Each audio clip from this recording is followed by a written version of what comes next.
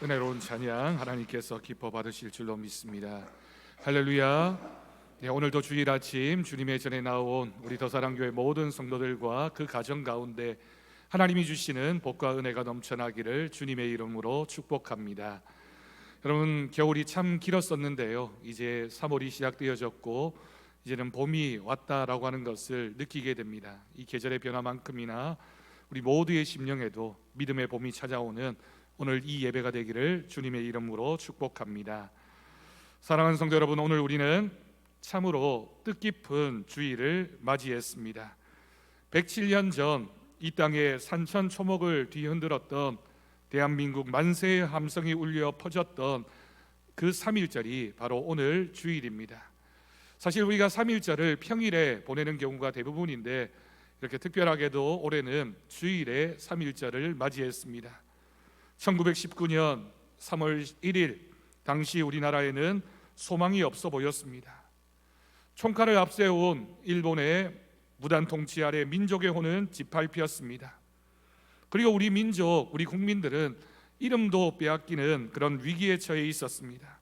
그러나 그 어둠의 한복판에서 우리 신앙의 선배들은 성경을 펼쳤고 기도하며 일어났습니다. 그들에게 신앙은 개인의 구원을 위한, 개인의 복과 어떤 영달을 위한 수단이 아니라 민족의 아픔을 짊어지는 십자가였기 때문에 우리가 우리 자신만을 위한 삶이 아니라 이 나라를 위해 하나님 앞에 간구하고 나서야 되겠다라는 믿음이 있었던 것입니다. 오늘 우리가 읽은 느헤미야 1장 말씀은 바로 동일하게 그 지점에서 시작되어지는 말씀입니다. 이스라엘 살아가는 예루살렘의 성벽이 허물어지고 성문이 불탔다라고 하는 소식을 들은 한 사람이 있었습니다. 그 사람은 비통한 소식 앞에 주저앉아 울며 금식했습니다. 그 인물이 바로 오늘 말씀의 주인공이라고 할 수 있는 느헤미야입니다. 오늘 말씀은 느헤미야의 기도가 주 내용으로 기록됩니다. 오늘 이 느헤미야의 기도가 2026년을 살아가는 우리에게도 동일하게 묻습니다. 당신은 지금 무너진 이 나라의 영적 성벽을 보며 눈물을 흘리며 있습니까? 당신은 이 민족을 향한 하나님의 새로운 부흥을 꿈꾸고 있습니까? 라고 하는 질문입니다. 오늘 이 아침 주일 예배를 통해서 느헤미야의 기도를 통해 우리 민족의 과거를 돌아보고 현재 우리에게 주어진 사명을 깨달으며 미래의 영적 부흥을 선포하는 은혜의 시간이 되기를 주님의 이름으로 축복합니다. 먼저 오늘 말씀에서 첫 번째로 우리가 기억해야 할 것은 안락함을 버리고 민족의 고통을 선택한 공감의 눈물이 있었다라고 하는 것입니다. 오늘 본문 3절과 4절 말씀을 다시 한번 주목해 보십시오. 느헤미야는 당시 페르시아라고 하는 고대 근동의 가장 큰 나라 제국의 술관원이었습니다. 술관원이 그냥 술을 맡았다라는 정도가 아니라 왕의 생명을 책임지는 최측근이었던 것입니다. 그러다 보니 당시 그 나라에서 누릴 수 있는 최고의 부귀영화와 안전이 보장되어진 자리였습니다. 그런 느헤미야에게 사랑하는 고국의 성벽이 허물어졌다는 소식을 모른 척한다라고 해서 누가 그 사람을 비난할 수 있겠습니까? 그는 이미 성공한 이민 2세대였고 수상궁의 견고한 성벽 안에서 평생을 편안하게 살 수 있는 그런 지위와 그런 위치에 있었던 인물입니다. 그런데 여러분, 오늘 말씀을 보면 느헤미야가 그 소식을 듣고 어떻게 했을까요? 앉아서 울고 수일 동안 슬퍼하며 금식했다라고 기록합니다. 그의 몸은 화려한 궁궐에 있었지만 그의 마음은 무너진 예루살렘의 그 성전에 가 있었기 때문입니다. 여러분, 이것이 바로 부흥의 시작이라고 할 수 있는 거룩한 부담감입니다. 나는 아무런 문제가 없는 것 같지만, 내 생활은 편안하고 나는 즐겁게 살아갈 수 있지만 하나님이 이 나라를 향한, 이 민족을 향한 거룩한 부담감을 우리에게 주셨기 때문에 우리가 믿는 사람으로서 내 일신 또는 내 가정만의 기쁨이 아니라 이 나라를 위하여 기도해야 되는 거룩한 부담감이 있다라고 하는 뜻입니다. 여러분, 아마 우리 한국 교회사의 찬란한 보석이라고 할 수 있는 1907년 평양에서 일어났던 대부흥 운동에 대한 이야기를 들어보셨을 것입니다. 당시 평양은 동양의 예루살렘이라고 불릴 정도로 기독교가 급속하게 퍼져나가고 있던 그런 상황이었습니다. 평양의 장대형 교회에서 시작되어진 성령의 역사가 있었습니다. 많은 사람들이 성령의 큰 감동을 받았고 기독교 하나님을 영접하게 됩니다. 그런데 이 사건이 단순한 개인적인 성령 체험으로 끝나지 않았습니다.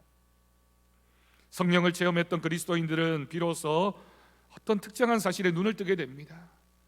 길선주 목사님을 비롯한 많은 기독교인들이 하나님께서 우리에게 말씀하시는구나, 우리나라가 망해가고 있구나, 내 나라가 망해가고 있는데 우리가 기독교인으로서 무엇을 할 수 있을까라고 하는 하나님의 음성을 들었던 것입니다. 당시 길선주 목사님은 복음을 전하는 동시에 민족의 자주 독립을 위해 기도하셨습니다.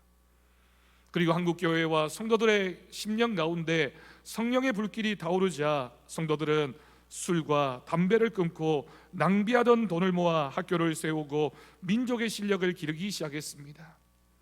당시 여러분, 조선 후기 그리고 새로운 대한제국과 또한 이 민족이 근대화되기 시작되는 그 지점에 일본은 우리나라를 바라보며 조선이라는 나라는, 한국이라는 나라는 네 가지 이유로 결코 일어날 수 없다라고 평가했습니다.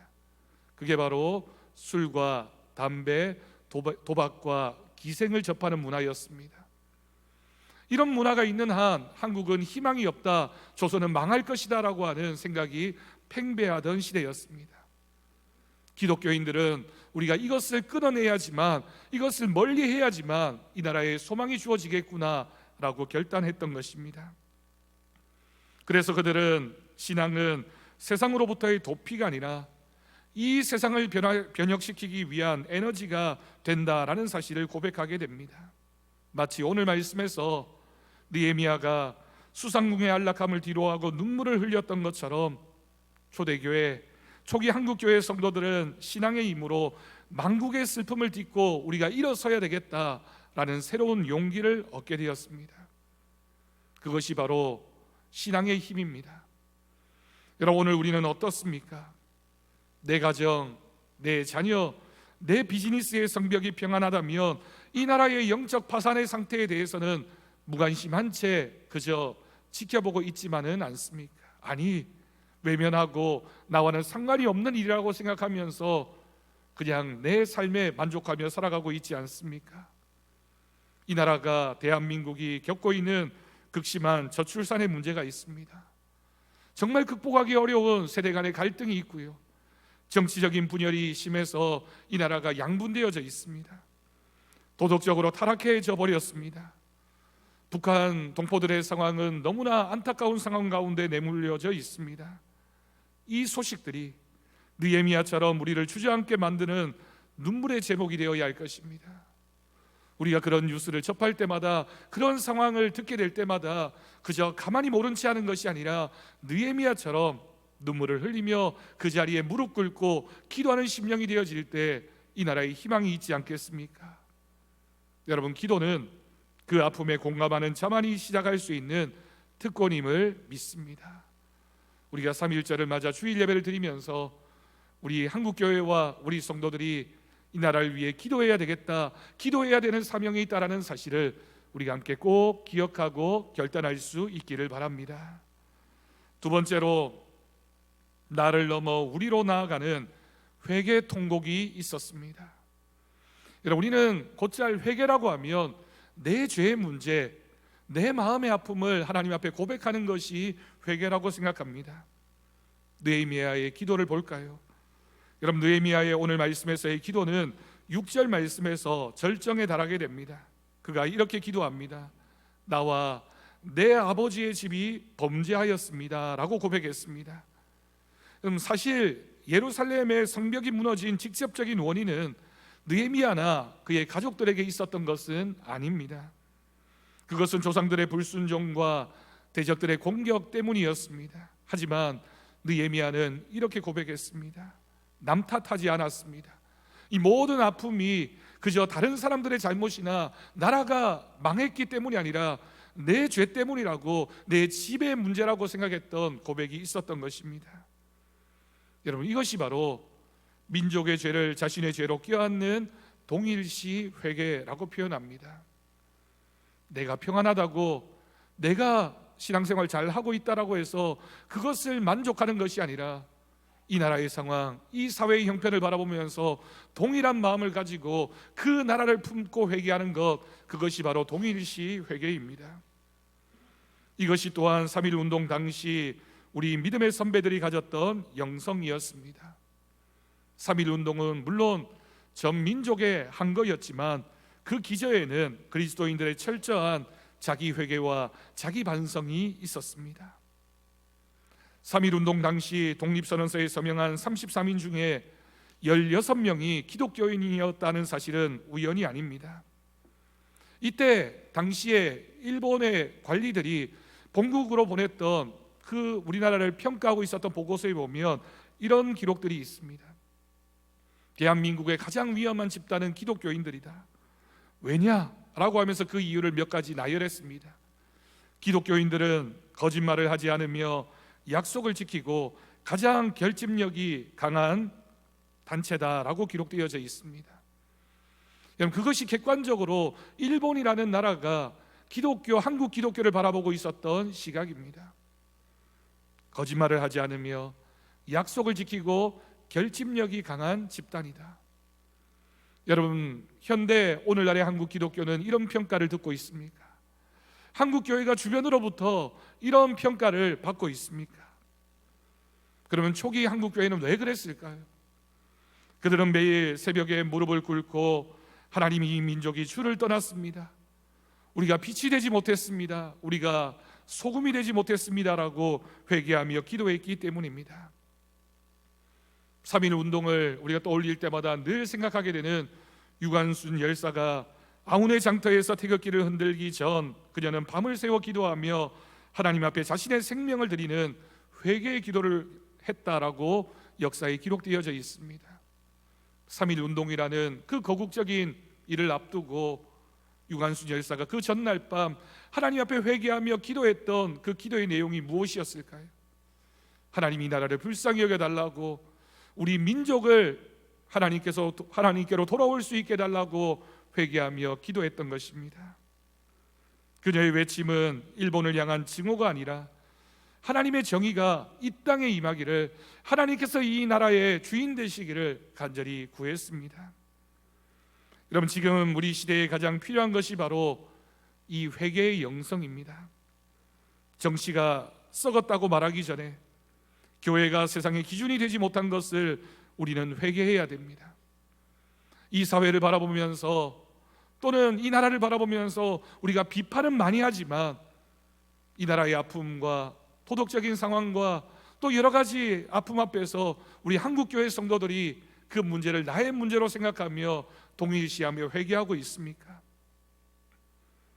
우리 다음 세대가 신앙을 떠난다고 한탄하기 전에 우리 기성세대가 삶으로 신앙을 보여주지 못한 것을 느헤미야처럼 내 죄로 품고 기도해야 할 것입니다. 우리가 내 탓입니다라고 고백하며 가슴을 칠 때 하나님께서 이 땅을 고쳐주시는 역사가 있을 줄로 믿습니다. 적어도 여러분, 우리 기독교인들은 누군가를 비난하고 비판하기 전에 하나님 앞에서 내 탓입니다, 제가 부족해서입니다, 제가 기도하지 않아서입니다, 우리 교회가 하나님 앞에 바로 서지 않아서입니다 라고 고백하는 회개의 모습이 이 나라를 살려내는 하나님의 능력이 될 줄로 믿습니다. 세 번째로, 언약을 붙들고 성벽을 쌓는 행동하는 믿음이 있었습니다. 여러분, 마지막으로 느헤미야는 기도로 끝나지 않았습니다. 느헤미야가 열심히 기도했습니다 라고 오늘 이야기가 마무리되지 않습니다. 그는 하나님의 약속 언약을 상기합니다. 8절과 9절 말씀을 봅니다. 주께서 말씀하시지 않았습니까? 우리가 돌아오면 우리를 다시 모으시겠다고 하지 않았습니까? 그리고 느헤미야는 결단했고 그 모든 높은 관직과 평안한 페르시아에서의 삶을 뒤로하고 왕에게 간청해서 예루살렘으로 돌아갔습니다. 느헤미야는 직접 망치를 들고 성벽을 재건하는 일에 자신의 온 삶을 바치게 됩니다. 여러분, 한국의, 이 대한민국의 영적 부흥은 기도실 안에서만 일어나는 것이 아닙니다. 물론 우리가 기도해야 됩니다.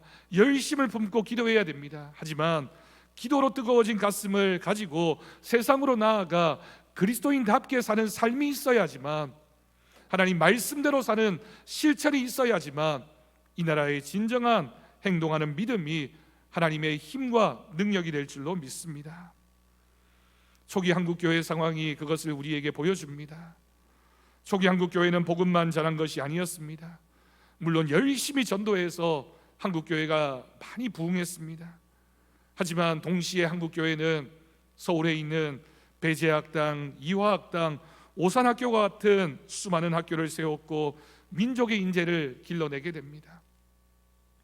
그리고 또한 병원을 세워 질병의 성벽을 허물었고 여성을 교육해서 인권의 성벽을 세우기도 했습니다. 우리가 살고 있는 이 대구에도 개성학교나 신명학교 등의 기독교 학교가 그때 세워졌고, 또한 동산병원과 같은 기독교 병원이 그때 만들어지면서 이 나라 이 민족이 아파하고 힘들어하고 가장 연약한 부분이 무엇인지를 한국교회가 깨워가기를 원했던 것입니다. 도산 안창호, 고당 조만식 같은 지도자들은 모두가 기독교 신앙을 바탕으로 해서 민족의 실력을 키우는 것이 하나님의 뜻이다, 하나님께서 우리 민족이 실력 있는 민족이 되기를 원한다라고 기도하면서 실천했던 것입니다.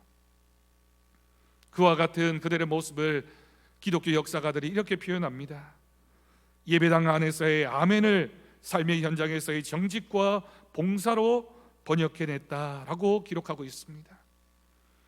여러분, 우리가 예배당에서 아멘 하는 것도 귀한 일이고 우리가 하나님 말씀을 통해서 은혜도 받고 아멘 해야 되겠지만, 그 아멘이 우리의 실제 삶에서 정직과 봉사의 삶으로 연결되어져야지만 그 아멘이 완성되어지는 것입니다. 초기 한국교회 성도들은 그 사실을 알았기 때문에 내가 내 삶에서도 하나님 앞에 아멘해야 되겠다라고 결단했던 것입니다. 일제치하 그 거대한 절망 앞에서도 그들이 낙심하지 않았던 이유는 하나님께서 반드시 이 민족을 회복시켜 주실 것이라는 언약을 붙들었기 때문입니다. 여러분, 30년이 넘는 35년이라는 그 세월 동안 한 나라가 다른 나라에 복속되면서 언어도 이름도 모든 것을 빼앗겼지만 끝까지 독립을 원했던 이유는 그것이 신앙이었기 때문입니다. 기독교 신앙을 가지고 하나님이 우리를 버리시지 않으면 이 나라에 반드시 독립이 올 것이다, 하나님이 이 나라의 주인이시기 때문에 반드시 이 나라는 하나님께서 회복시켜 주실 것이라는 그 믿음과 신앙을 가지고 독립의 발걸음을 멈추지 않았던 것입니다. 여러분, 오늘 우리에게 주어진 2026년의 성벽의 재건은 무엇입니까? 그것은 바로 영적 부흥입니다. 단순히 교회 건물을 화려하게 짓거나 교회 건물을 크게 짓는다고 해서 영적으로 부흥되는 것이 아닙니다. 우리 사회 구석구석에 하나님의 공의가 흐르게 하는 것입니다. 소외된 이웃을 돌보는 사랑의 성벽을 쌓는 것입니다. 파괴된 가정의 가치를 회복하는 윤리의 성벽을 쌓는 것입니다. 그리고 무엇보다 복음의 통일을 준비하며 북녘 땅에 무너진 교회들을 재건할 준비를 해야 하는 사명도 우리 한국교회와 우리 성도들에게 주어진, 하나님이 이 시대 가운데 우리에게 주신 사명인 줄로 믿습니다. 사랑하는 성도 여러분, 설교를 마무리하면서 우리가 자주 부르는 애국가 속에 담긴 놀라운 신앙의 유산을 함께 나누고 싶습니다. 여러분, 우리나라 애국가를 우리가 공공행사나 또는 스포츠 활동에서 또는 여러 모습으로 부를 때가 많은데, 애국가가 어떻게 만들어졌는지 여러분 한번 생각해 보셨습니까? 우리나라 애국가 가사가 누구에 의해 쓰여졌는지에 대해서는 여러 가지 설이 있지만 가장 유력한 인물이 도산 안창호 선생이나 남궁옥 선생 그리고 윤치호 선생, 이 세 분이 아마 애국가를 작사했을 것이다 라고 추측합니다. 그런데 이 세 분에게는 똑같은 공통점이 있습니다. 모두가 독실한 기독교인이었습니다. 여러분, 그래서일까요? 애국가는 단순한 우리나라의 국가를 넘어서 그 가사의 내용을 깊이 묵상해 보면 하나님 앞에 드리는 장엄한 민족의 찬양과도 같습니다. 하나님 앞에서 우리나라가 이런 나라가 되기를 원합니다, 하나님 이 나라를 이렇게 만들어 주십시오라고 기도하는 절절한 가사가 애국가 가사 속에 담겨져 있습니다. 특히 우리는 애국가 1절의 가사인 하나님이 보호하사 우리나라 만세라는 구절을 주목해야 됩니다. 여기에 기록되어진 하나님이라고 하는 것은 유일신 신앙의 선포입니다.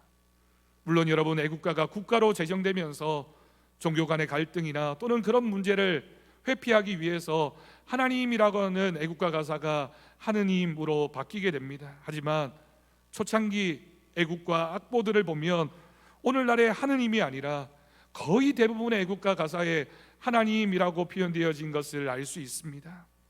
이것은 일제 신사참배 강요와 온갖 우상 숭배의 압력 속에서도 이 나라의 진정한 주인이 누구일까? 이 나라의 진정한 주인은 오직 여호와 하나님 한 분밖에 없다는 것을 기독교 신앙을 가지고 있었던 우리 민족의 선조들이 그렇게 고백하며 애국가 가사를 작사했던 것입니다. 우리의 신앙 선배들의 서슬퍼런 신앙 고백이 이 애국가 한절 가사에 녹아 있습니다. 그 다음에 나오는 보호하사라고 하는 표현을 생각해 보십시오. 보호라고 하는 이 말은 보호하고 도와주신다라고 하는 뜻입니다. 우리 민족이 어떤 민족입니까? 역사 속에서 수많은 외침과 시련을 겪었습니다. 그래서 우리 힘만으로는 도저히 버틸 수 없었던 그 풍랑의 세월 속에서 우리 민족은 알게 되었습니다. 하나님의 은혜 없이는 살 수 없구나. 우리 선조들은 애국가를 부르며 고백했던 것입니다. 우리의 힘이 아니라 하늘의 하나님께서 우리를 붙들어 주셔야만 이 나라가 보존될 수 있습니다. 우리가 노력한다고 해서 그저 실력만 기른다고 해서 되는 것이 아니라 하나님께서 이 나라의 주인 되시고 하나님께서 이 나라를 지켜주셔야지만 이 나라가 보존되어질 것입니다, 회복되어질 것입니다 라는 믿음을 가지고 이 애국가를 불렀습니다. 여러분, 이것이 바로 느헤미야가 하나님의 언약을 붙들고 하나님이 약속하셨던 그 약속을 이루어 주십시오라고 기도했던 것과 같은 맥락의 전적인 의탁입니다. 애국가의 제일 앞부분에 하나님이 보호해 주십시오, 지켜 주십시오라고 기도하면서 하나님이 지키시는 나라가 되기를 원합니다라고 고백했던 그 선조들의 믿음을 우리는 기억해야 합니다. 그리고 이 애국가가 처음에는 초기 교회 성도들에게 애국가가 찬송가였습니다. 찬송가 중간에 애국가가 들어가 있었습니다. 그리고 예배 시간대마다 애국가를 즐겨 불렀습니다.